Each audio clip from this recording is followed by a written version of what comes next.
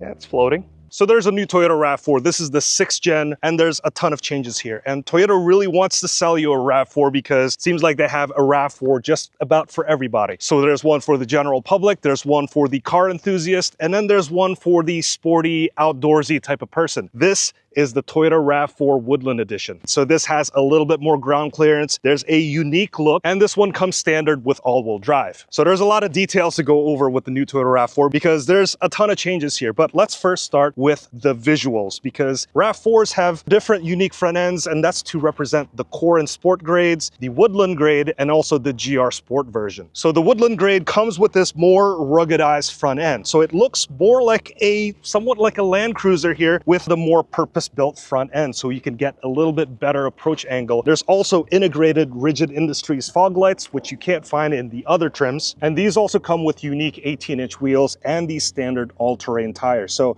this is actually where you get the extra ground clearance from. So this has 8.5 inches of ground clearance as opposed to 7.5 inches of ground clearance with the GR Sport. The other RAV4 grades gets 8.1 inches of ground clearance. As a result, you could do stuff like this. You could go through some of the rougher stuff and have a little bit more clearance. Now, relatively speaking, this is kind of a tame course. Then again, this is a RAV4. This is a compact SUV that you normally take to the mall or wherever, but now you can actually do some fun outdoorsy stuff with it. And because the Woodland trims are all-wheel drive, they could tow up to 3,500 pounds, and it comes with this hitch and also a wiring harness. Some other visual cues that you could find on the Woodland is you get these wider over fenders. If you compare this to the Limited, the LE, XLE, or the SE and XSE trims, they're going to be much more flush towards the body. And these extra panels, same as the rocker panels, are going to have this matte presentation, but then the side view mirrors as well as the door handles are going to be finished in this gloss black or piano black. And then up top, you're going to get these Woodland specific roof rails,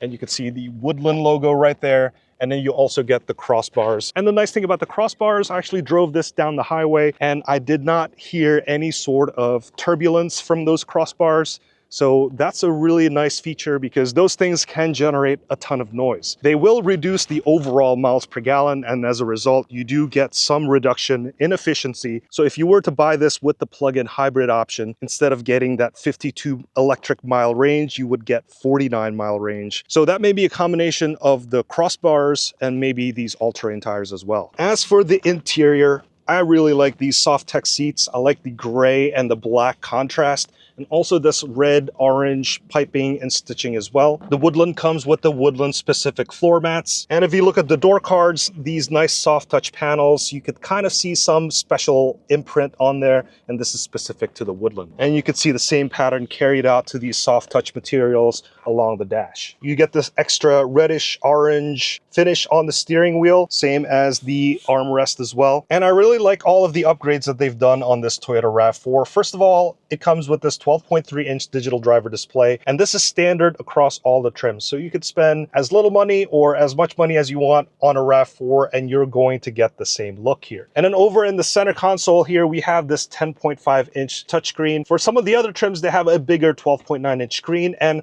I think this smaller size is actually not bad at all. You still get the same amount of information, but it's just been downscaled slightly. So you're not really losing any sort of information with the smaller screen. And there's a lot of upgrades to this multimedia system, which I'll talk about in a little bit. And then down below, we have a couple of storage compartments. This comes with one wireless charger. In the Limited trim, you can get up to 2 wireless chargers on there. So that's kind of unique. Here are your drive mode buttons. And since this is the hybrid version, this comes with EV mode, but this is really for parking lot driving. So very slow driving situations where you won't turn on the engine. And then over here, we have some other driving settings where you could turn on the trail or snow mode, and you could quickly go back to normal. And then down below here, we have more storage options. So if you have your phone there, you could put it there if you want. And then there's a couple of USB-C charging ports. So this charges up to 45 watts. So you could charge bigger electronics there. And then this comes with a 360-degree camera view.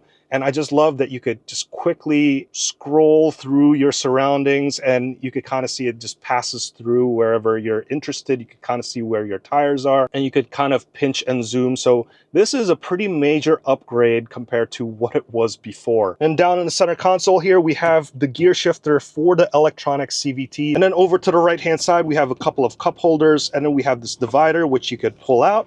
And then if you want to store anything that's oddly shaped, you could do that there. And then we have this armrest, which can open up from the left and also on the right. And when you deactivate both of those toggles, you could flip this over.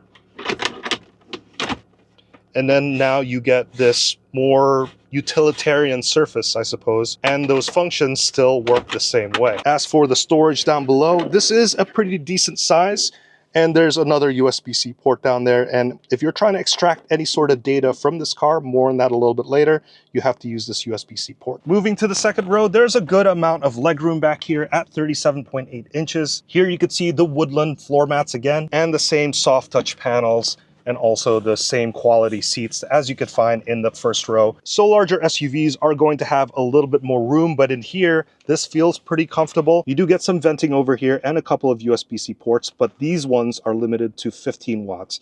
And there's no heated outboard seats here, which you can find in some of the higher end trims. And when you flip down the armrest, you got a couple of cup holders here. Now, as for the cargo space, you get 33.6 cubic feet of space behind the second row. You could find more Woodland mats, and right below that you could find a full-size spare. There's also more storage on the side here and a 1500 watt 120 volt outlet. And then when you fold the second row down, which can be done manually, the space grows to 63 cubic feet of space behind the first row. And I like how the floor mats sort of continue to the back side of the seats, so if you have long items here, this thing will still protect the back of the seat. Now let's talk about the multimedia upgrades in this new RAV4, because there's a ton of changes here. Now, I thought the last multimedia system was actually pretty good, but it could be better, and they've made those improvements here. So first of all, this has widgets now. So you can edit the position of these items, but you only get these 5 different options. And this is what you'll see in the first page, and then this is what you'll see in the second page. So if you care about navigation and media,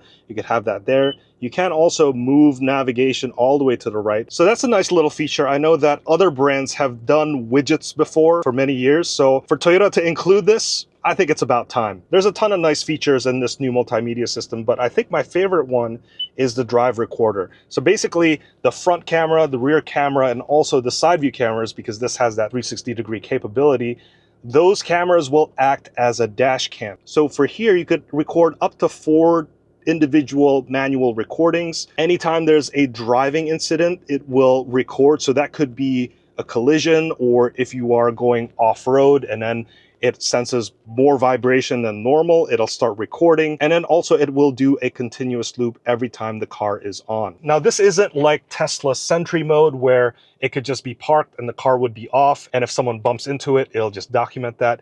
For this one, the car has to be on, but this is a good start. Rather than having bulky dash cams with wires going everywhere, this is nicely integrated, and it utilizes all of the existing technologies that's already in this car. So if we were to go into one of these files, it'll show you the location and the time and day, and then you could toggle between the front, the rear, and then the sides. And for the rear view camera, you could see the license plate there. So this will show you that this is in fact your car that is experiencing this for insurance purposes.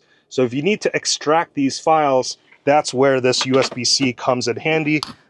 Basically just plug it in, and this will act as an external drive, and you could just grab the files, and it should be in the MP4 format. Some other nice upgrades: the voice assistant in this thing is pretty clever, and it's a lot quicker compared to the previous generation. And if you have the plug-in hybrid version, this will come with EV domain. So that is the page where you can control the charge settings, the charge limits. And since this has cloud-based navigation, if you have a plug-in hybrid, it'll also show an extra menu item here that shows you where all the charging spots are. Now, as for the driving experience of the Toyota RAV4, generally I've been pretty impressed. I think the road manners are really nice, very comfortable. It can be a little bit loud. I do hear some wind noise coming through the chassis. And for this Woodland trim, because of the extra ground clearance and also the extra traction from the all-terrain tires, it's really nice because you could take it on dirt trails like this. Now, you might not want to take it for rock crawling and stuff like that, because this all-wheel drive system, again, the rear axle is limited to what that electric motor can generate. So will this be as good as Subaru's symmetrical all-wheel drive? We'll have to do that test. But considering that the RAV4 is typically used for everyday situations, going to the mall, taking kids to school, going to work, it's really nice to have a trim that can handle trails like this. As for the straight line performance, this one with the 2.5-liter naturally aspirated 4-cylinder hybrid, this one only makes 236 horsepower horsepower, but in my opinion, that's just enough for day-to-day driving. Again, I wasn't really struggling going up those hills. It was very manageable. The plug-in hybrid version of this is going to be more fun to drive because that makes 324 horsepower. So you're going to get better straight line speed, and generally you're going to have more torque so that you can conquer some of the meaner trails. So overall, I really like the new design. They have a RAV4 just for everybody. They have one for the car enthusiast, the outdoorsy type of person, and also just everyone else. I appreciate Toyota's effort in making it more unique. I like the powertrains, whether it's just the hybrid or the plug-in hybrid, and the road manners are really nice for this compact SUV. If you want to see my review of the limited version or the GR Sport version of the RAV4, please click the links in the description box. But I want to thank you so much for watching all the way up to this point. My name's Hanson. This has been the 6th generation 2026 Toyota RAV4 Woodland, and I will see you in the next one.